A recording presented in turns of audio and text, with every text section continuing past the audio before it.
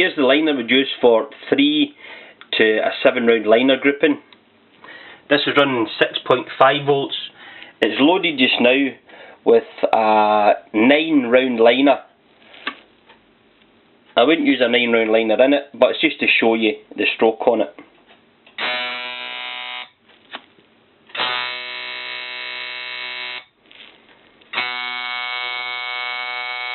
This is a very hard hitting machine.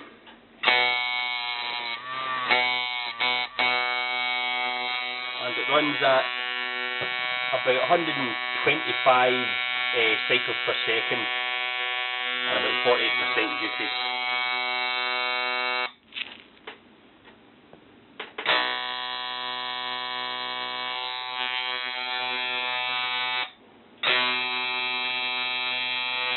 It's a 1 pass liner.